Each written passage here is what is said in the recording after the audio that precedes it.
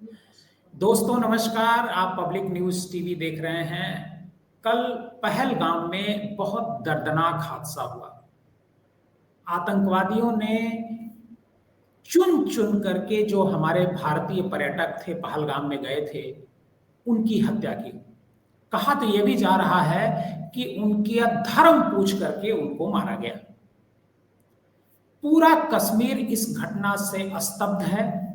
कल रात में भी कश्मीरियों ने प्रदर्शन किया अपनी मोबाइल लाइट जला करके, और आज पूरा कश्मीर बंद है।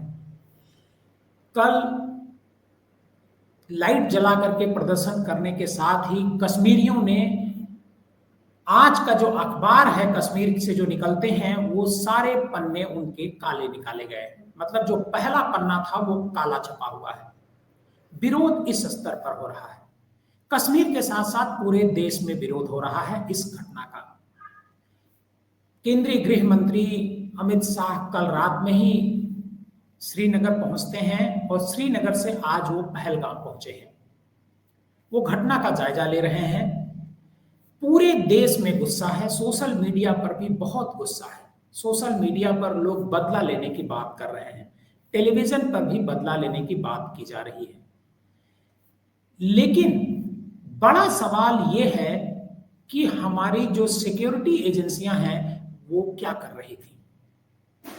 सदन में प्रधानमंत्री नरेंद्र मोदी ने कहा था कि कश्मीर में अब अमन चैन खत्म, मतलब कायम हो चुका है। जो आतंक के दिन थे वो खत्म हो गए हैं।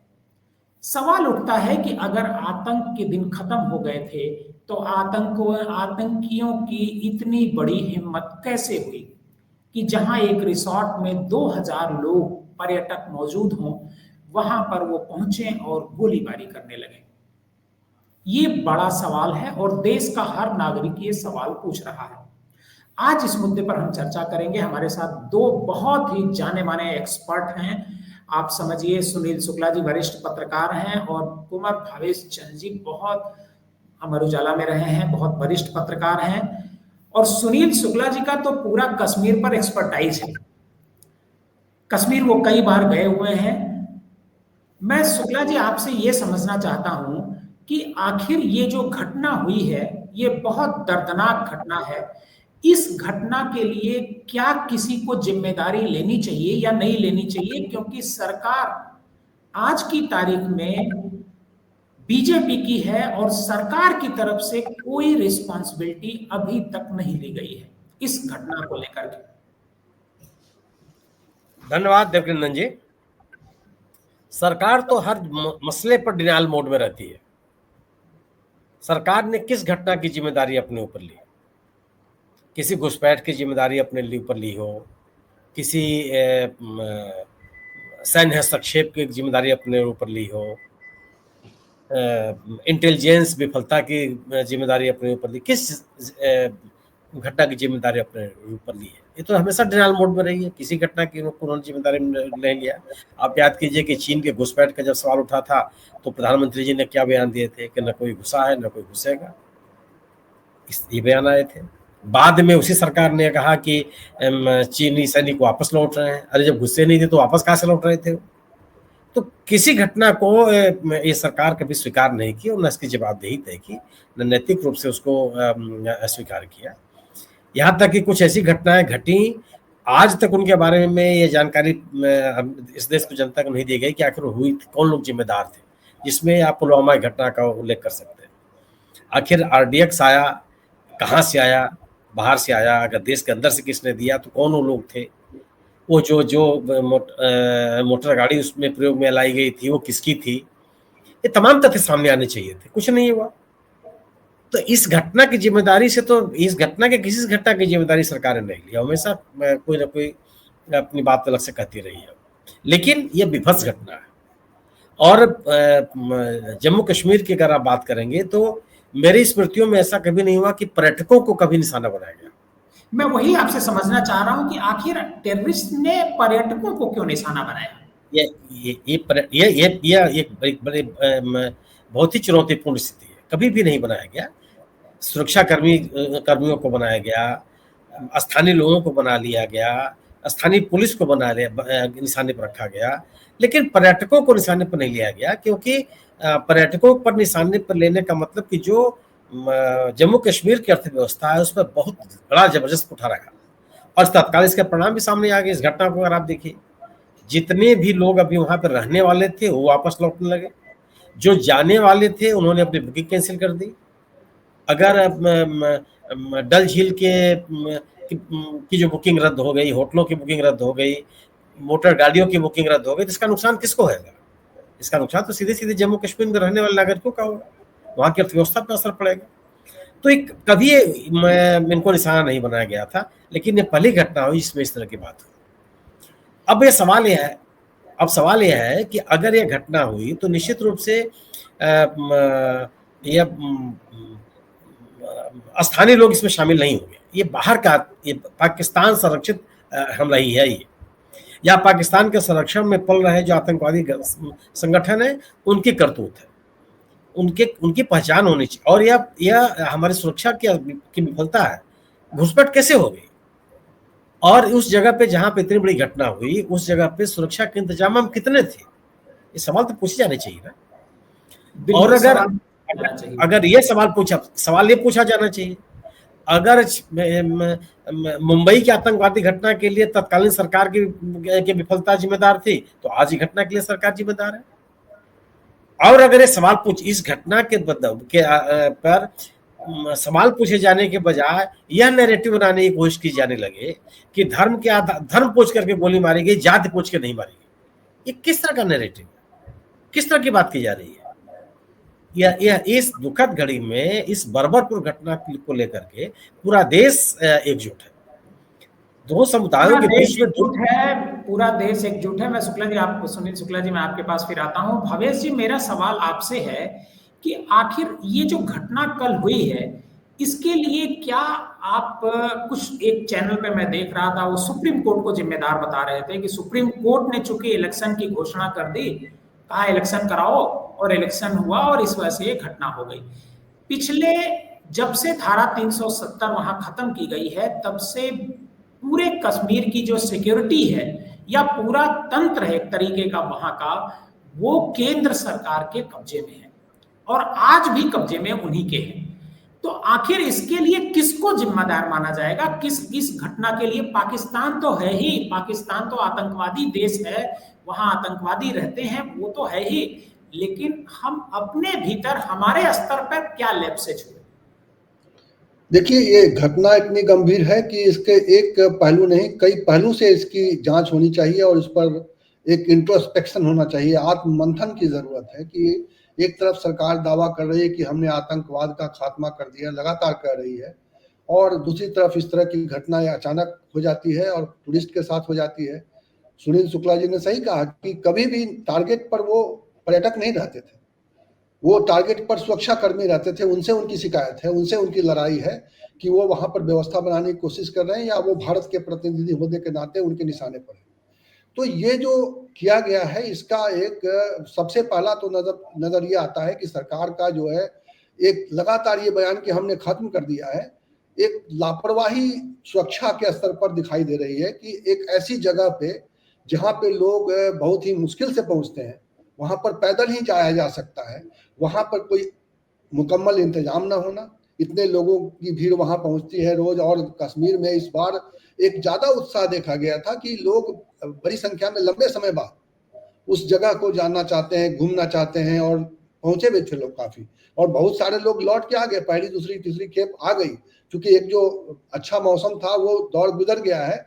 लेकिन जिनको उस समय पे नहीं जा पाए, वो अप्रैल के लास्ट में और मई तक जाते रहेंगे वहां पर। तो लोगों की भीड़ काफी है, और सही कहा सुनील जी ने कि अभी बहुत सारे लोगों ने वो कैंसिल करा दिया। तो ये अविश्वास का माहौल भी है, बन गया एक नया।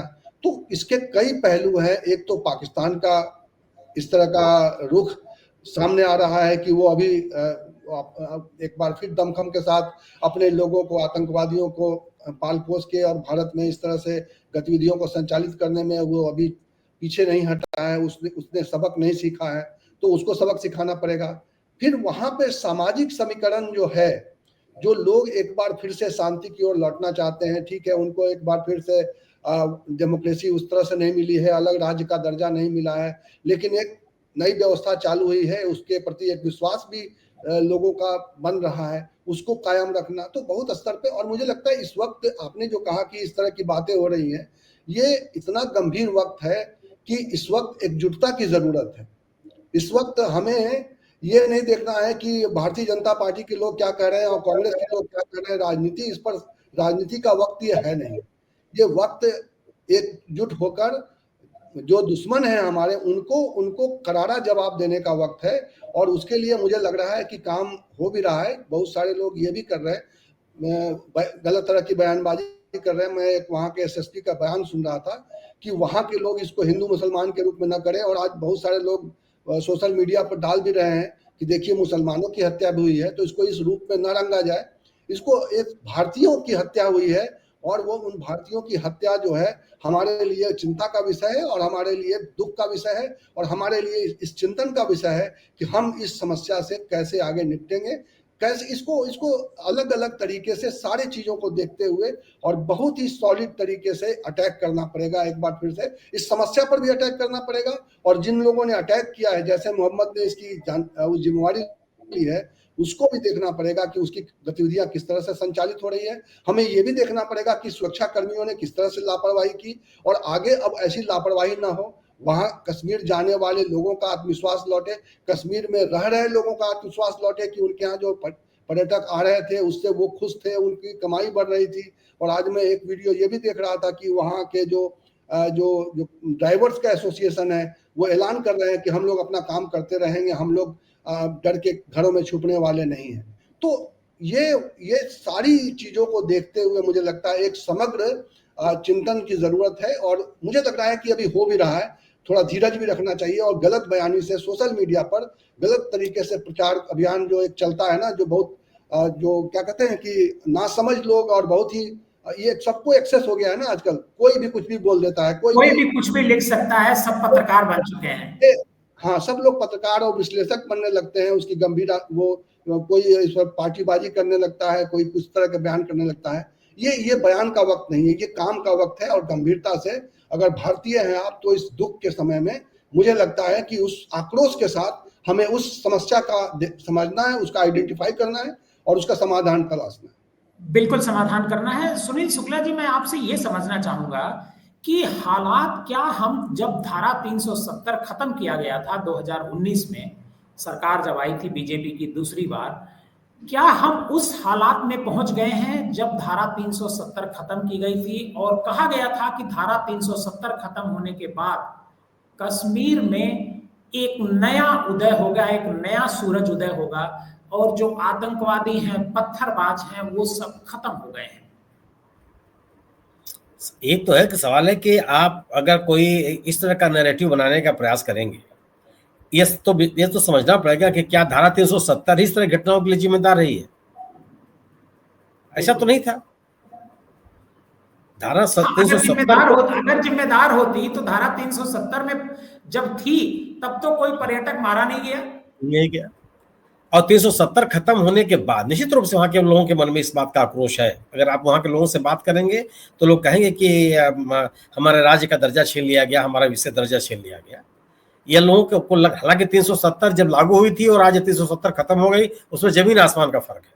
बहुत कमजोर हो गई थी वो व्यवस्था पूरी की पूरी। ढेर सारी चीजें ऐसी थी जो धारा 370 के प्रावधान तो उसको सरकार ने धीरे धीरे खत्म कर दिया था, और उस पर वहां के लोगों की सहमति भी थी। लेकिन एक धारा 370 चल रहा था। तो धारा 370 खत्म होने के बाद भी कोई ऐसा थोड़ा था कि पूरे राज्य में उबाल आ गया। लेकिन राज्य का दर्जा खत्म हो जाने के बाद लोगों के मन में एक तरह की नाराजगी है, लेकिन वो नाराजगी इस कदर नहीं है कि वो एक दूसरे के खिलाफ हमला करने लगे। इस तरह घटनाएं कभी उस राज्य में कभी नहीं सुनाई पड़ी। एक दोनों समुदाय दूसरे के खिलाफ खड़े हो गए हों, ऐसा भी कभी नहीं सुनाई पड़ा। और ये कहना कि चुनाव, अरे हर राज्य की जनता अपनी चुनी हुई सरकार चाहती है, चुनाव कराना कैसे इस घटना के लिए आप जिम्मेदार ठहरा सकते हैं? इस तरह का जो विमर्श पैदा करने की कोशिश की जाती है वह केवल और केवल उसके राजनीतिक लाभ होते हैं। ऐसे चीजों से बचने की आवश्यकता है। जरूरत इस बात की है कि ये पूछे जाए कि आखिर सुरक्षा में चूक कहाँ हुई, और अब भविष्य में इस तरह की चूकें नहीं होंगी, उसकी व्यवस्था क्या की जा रही है। लोगों सरकार के द्वारा, इंतजामिया के द्वारा इस तरह का आश्वासन दिए जाने के बाद कि हर कुछ नॉर्मल है और लोग सुरक्षित है, लोग बड़ी तादाद में वहां जा रहे थे।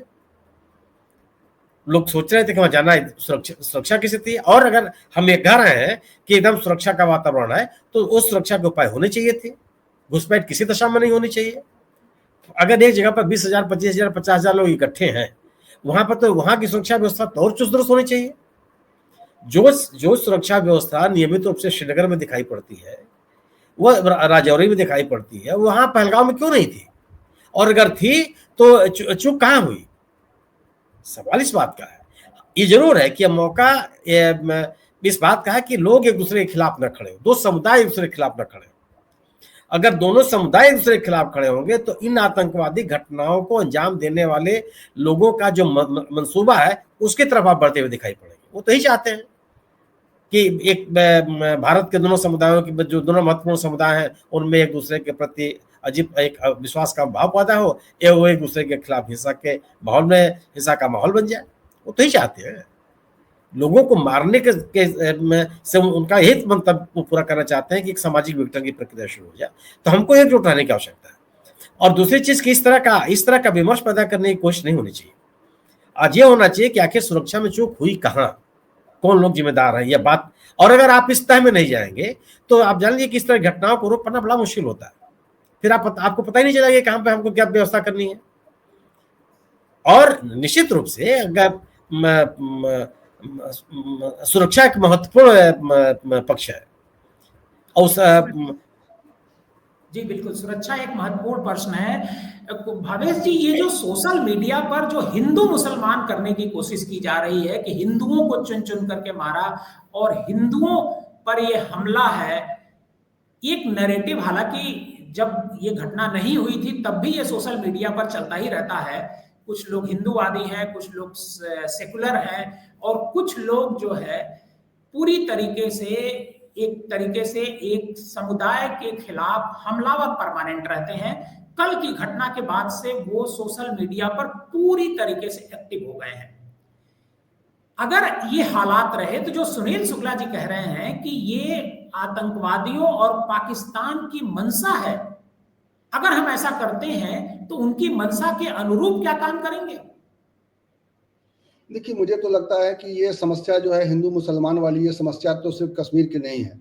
और ये मतलब हिंदू मुसलमान करने की जो कोशिश अभी इस समस्या पे हो रही है, ये एक अस्थाई भाव हो गया है। ये सरकार ऐसी है, ये इस पार्टी ऐसी है जिसकी केंद्र में सत्ता है, जिसका नियंत्रण नहीं है अपने समर्थकों पर, या जिसका नियंत्रण नहीं है अपने लोगों पर, जो ऐसी चीजें करते हैं, जो ऐसे बकवास कर रहे हैं या ऐसी बातें कर रहे हैं, जो अगंभीर बातें कर रहे हैं, करते रह रहे हैं। अभी एक पहली बार नहीं हो रहा है कि इस तरह की बातें सोशल मीडिया पे आ रही है। वो किसी भी इशू को लेकर यही मोड़ दे देते हैं। हिंदू मुसलमान में ही अंतिम में उनको नजर आता है।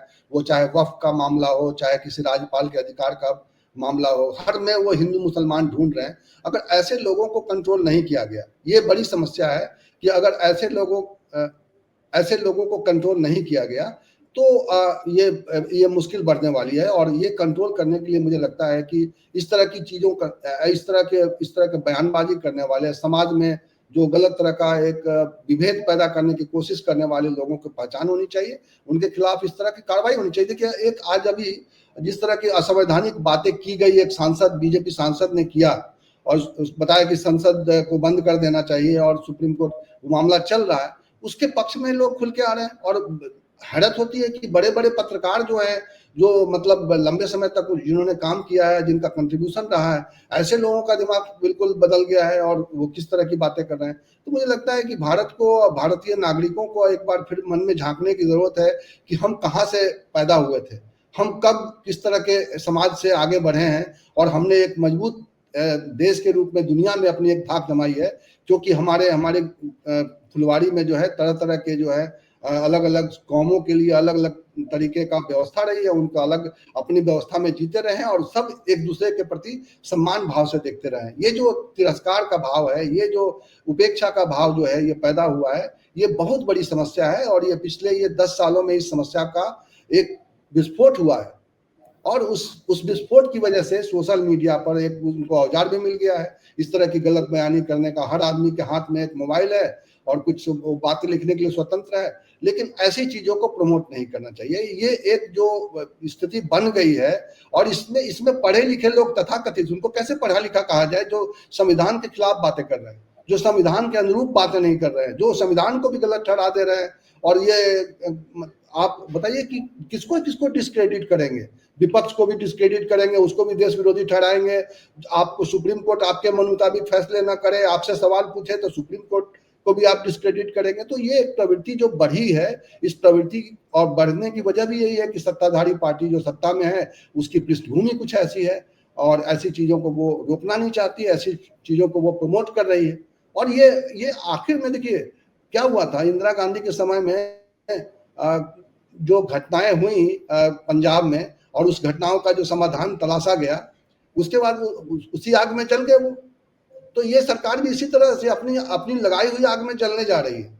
हम लोग देख रहे हैं, हम लोग समझाने की कोशिश कर रहे हैं, हम लोग इसका एहसास कर रहे हैं, लेकिन जो कॉमन पीपुल है, जो उसको समझ में नहीं आ रहा है, वो भक्ति भावना में वो लीन है। उसको लग रहा है कि जो सत्ताधारी पार्टी की ओर से जो अभियान चलाया जा रहा है, जो व्हाट्सएप यूनिवर्सिटी के जरिए उनको दिमागों में जो कचरा भरा जा रहा है, जो सुबह के मैदान में जो उनको गलत पाठ पढ़ाया जा रहा है, उससे जो स्थितियां बन रही हैं, ये देश का एक बहुत बड़ा नुकसान होने जा रहा है, सामाजिक और राजनीतिक रूप से और आर्थिक रूप से। जो ख्वाब देखे जा रहे हैं वो ख्वाब ऐसे पूरे नहीं होते हैं। समाज में जब शांति रहती है, समाज में जब समरसता रहती है, समाज में विकास तभी हो पाता है, और सही विकास तभी हो पाएगा जब ये देश सद्बुद्धि के साथ काम करेगा। नारे देने से नहीं हो जाएंगे हम लोग विश्व गुरु।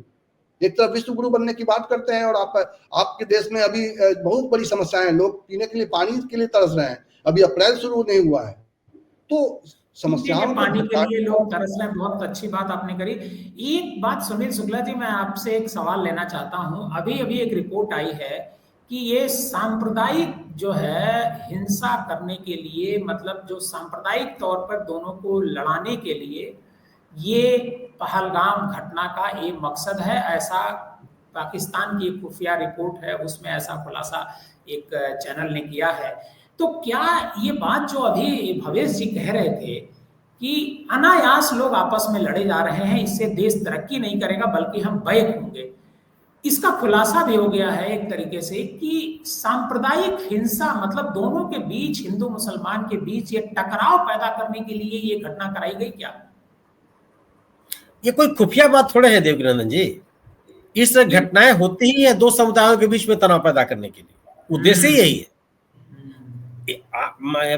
आप कुछ लोगों की हत्या कर देने से, कुछ सैन्य बलों की हत्या कर देने से, कुछ सैन्य कर्मियों की हत्या कर देने से आप देश पर कब्जा करेंगे क्या? केवल है कि आप एक समाज में तनाव पैदा करें, दो समूहों के बीच में तनाव पैदा करें, उस देश में अशांति पैदा करें, समाज में सुरक्षा का भाव पैदा करें, ये मकसद है। और वजह क्या है कि जब सुरक्षा का भाव होगा, तनाव होगा, तो देश में कमजोरियां पनपेंगी। फिर आप जो विकास के रास्ते हैं उनको आप पूरा नहीं कर सकते, फिर आप इसी में उलझे रहेंगे। तरक्की को कुल मिलाकर के तरक्की को रोकना है। और आप युद्ध में शामिल कोई भी देश, गृह युद्ध में शामिल कोई भी देश के दो समूहों में हो रही टकराहटों से जहां भी जिस किसी देश में स्थिति है, वो कोई आगे बढ़ पाया गया? किसी भी देश के आप देख ले, दुनिया के पैमाने पर, इतिहास के किसी पन्ने पर देख लीजिए आप, वो देश पिछड़ता चला गया। और जो एक जिसकी कल्पना की गई थी वो कभी हासिल नहीं हो पाया। आसपास के देश उसके ऊपर औपनिवेशिक तरीके से सोचने लगे। ये स्थिति इसीलिए होती है। इसीलिए ऐसे दौर में समाज के प्रत्येक व्यक्ति की जिम्मेदारी बनती है कि वो 10 समुदायों के बीच में किस तरह की कटुता पैदा न होने। अगर आप यह सवाल पैदा करेंगे, यह प्रश्न को का विमर्श पैदा करने की कोशिश करेंगे कि धर्म पूछा गया, जाति नहीं पूछी गई, यह अच्छी प्रवृत्ति नहीं है। आप देश का भला नहीं कर रहे। ये बीजेपी की तरफ से एक पोस्टर जारी किया गया। तब अब आप सोचिए कि यह सत्तारूढ़ दल की सबसे बड़ी जिम्मेदारी बनती है कि वह इन अवसरों पर आप संवेदनशीलता के साथ काम करें। आप यह देखिए, सुरक्षा का सवाल है, यह सांप्रदायिक सवाल नहीं है, यह दो समुदायों के बीच का सवाल नहीं है। बिल्कुल ठीक बात है। और इन मुद्दों पर जो चीजें, जो विफलताएं हैं, जो कमजोरियां हैं, उनको तलाशने की बात होती है। आप कमजोरियों को स्वीकार करते हैं, उनको तलाशते हैं, इसका मतलब ये नहीं है कि आप पूरी तरह से कमजोर, अपने आप को कमजोर साबित करते हैं। कमजोरियों को दूर करना, कमजोरियों को दूर करने की ताकत रखना एक मजबूत व्यक्ति का परिचायक है। बिल्कुल एक मजबूत व्यक्ति का परिचायक है अगर आप स्वीकार करते हैं, और जब हम गलतियां स्वीकार करते हैं तभी हम कुछ सीखते हैं। कहा जाता है कि हम योजना तभी हम बना पाते हैं किसी की, जब हमको ये पता हो कि वहां क्या होने वाला है। भावेश जी, आपका अंतिम सवाल आपसे लेकर के प्रोग्राम को मैं खत्म करूंगा कि आखिर ये जो घटना हुई है, इसको लेकर के, जैसे पुलवामा की घटना हुई, उसके बाद एक एयर स्ट्राइक हो गई, और उसके बाद प्रधानमंत्री नरेंद्र मोदी जब चुनाव के भीतर जाते हैं 2019 में, तो वो डिमांड करते हैं, कहते हैं कि युवाओं का एक वोट क्या पुलवामा के शहीदों के नाम पर होगा। कुछ लोग इस तरह की भी चर्चा कर रहे हैं कि इसके पीछे की कोई साजिश तो नहीं है। आप कैसे देखते हैं? म्यूट है। देखिए, मुझे लगता है सोशल मीडिया पर जो इस तरह की बातें की जा रही है उसको गंभीरता से नहीं लेना चाहिए। यही तो बात है कि जो सभी लोग जो सभी तरह की बातें कर रहे हैं, लेकिन हाँ, जो सत्ताधारी पार्टी है उसकी जिम्मेदारी बनती है कि इस तरह की चीजें करने वाले उसके समर्थक हों, उनके विरोधी हों, वो उनके ऊपर काम करें और समझें, और इस तरह की चीजें नहीं हो, इस तरह की चीजें प्रसारित ना हो, गैर जिम्मेदाराना बातें न की जाए, और उसको साबित भी करना पड़ेगा अपने काम से। उनको ये दिखना चाहिए, लोगों को दिखना चाहिए कि सचमुच कोई ऐसा प्लानिंग नहीं है, और इस तरह की चीजें समाज में किसी चुनाव जितना सबसे बड़ा आज की तारीख में वो नहीं होना चाहिए, उद्देश्य नहीं होना चाहिए। लोगों के अंदर मन में शांति हो, इस सरकार के प्रति लोगों के मन में सम्मान हो, ये बात होनी चाहिए, और इसके लिए काम कर रही है सरकार, इसलिए इनको लगातार चुन के भेज रहे हैं। लेकिन अगर इनको लगता है किसी तरीके से हम सत्ता में बने रह सकते हैं, तो मुझे लगता है ये यत्न भी जो है ना, पहले भी इस तरह की कोशिशें कारगर नहीं रही है। मैंने अभी पिछली बार चर्चा की ना कि भाई जिसने भिंडरावाले पैदा की, भिंडरावाले की आग में जल गए। समाज को तोड़ के अगर आप इस तरह के बयानबाजी करके कि जाति की बात नहीं कर रहे थे, वो धर्म की बात कर रहे थे, और एक मतलब पॉलिटिकल नैरेटिव बनाने की कोशिश करेंगे जिसका चुनावी लाभ मिल जाए, तो ये आपको अल्टीमेट बेनिफिट नहीं देने जा रहा, अल्टीमेट फायदा नहीं देने जा रहा। आपका फेस लॉस हो रहा है ऑलरेडी, और ये लोगों की, भारत के लोगों में एक लंबे समय तक जो है साथ साथ जीने की एक उनके अंदर एक ये रही है, उनका एक शहूर रहा है जो वो खत्म नहीं होने वाला। वो लोग बेचैन है कि वही हम लोग पिछले 10 सालों से ही नहीं हिंदू मुस्लिम कर रहे हैं। मुझे याद है कि बचपन में भी ठीक है मुसलमानों के प्रति इतना मोह भाव नहीं था, लेकिन इतना हर रोज दिमाग में किसी के हिंदू मुसलमान नहीं। हम लोग स्कूल में जाते थे, हम लोग मुस्लिम साथी थे, और उनके साथ बैठ के खाते पीते इतना ज्यादा एक दूरी बनाई हुई थी, एक छुआछूत का भेद मुझे लगता है कि बचपन में सब लोगों ने महसूस किया होगा कि उनके साथ उनका पिया हुआ गिलास में नहीं पीना है, लेकिन उनके प्रति नफरत की भावना नहीं थी। लेकिन आज हम कहाँ पहुंच गए? आज हम पानी तो पी ले रहे हैं। आज मुस्लिम की दुकान में हम आज जाति पूछ के नहीं जाते हैं, होटल में जाते हैं तो जो वेटर है वो मुस्लिम है कि हिंदू है नहीं हम सोचते हैं, लेकिन मुस्लिम के प्रति नफरत हमने पहले से ज्यादा बढ़ा दी है। पहले के लोग, गांव के लोग शहर में जाते थे तो पूछने लग जाते थे कि ये हिंदू की दुकान है कि नहीं, वो उनका छुआ हुआ हम खा सकते हैं कि नहीं, पी सकते नहीं। मुझे याद है कि ट्रेन में बैठते ही लोग सामने वाले से जाति पूछ लेते थे। दाढ़ी देख के लोग समझते थे कि इस टाइम का इनके बोतल का पानी या इनके घड़ा में जो पानी लाए उनको नहीं पीना है। ये इतनी सी बात थी, लेकिन ये नफरत तो नहीं थी। तो भारत ऐसा देश रहा है, मुझे लगता है कि, और इस देश के ऊपर न जाने क्या हो गया है, इस प्रचार के, इस दुष्प्रचार के उसमें आ गए हैं कि लोगों का, बहुत बड़े बड़े लोगों का दिमाग खराब हो गया। समझ में नहीं आता इतनी सांप्रदायिकता कहाँ से हमारे दिमागों में भर दिया गया। ये कौन सी यूनिवर्सिटी हमारे दिमागों में इतनी सांप्रदायिकता भर दिया कि हम लोग हर रोज चैनलों पर, सोशल मीडिया पर हिंदू मुस्लिम करते रहते हैं। ये हिंदू मुस्लिम सिख ईसाई तो भारत की मतलब नगीने रहे हैं, और इनके साथ जीने का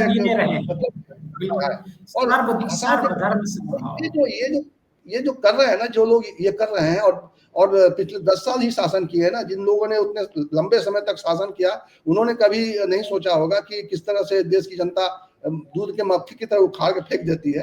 तो ये जनता जिस दिन जागेगी ना, जिस दिन उनको समझ में आ जाएगा कि ये कुर्सी के लिए जो आप कह रहे हैं ना कि हिंदू मुसलमान करा के चुनावी लाभ लेना चाहते हैं, जिस दिन लोगों के दिमाग में ये बात बैठ गई कि हमें हमारे वोट के लिए हमारे लोगों को मारा जा रहा है, हमारे बीच में मतभेद पैदा किया जा रहा है, उसी दिन इनका काम खत्म है।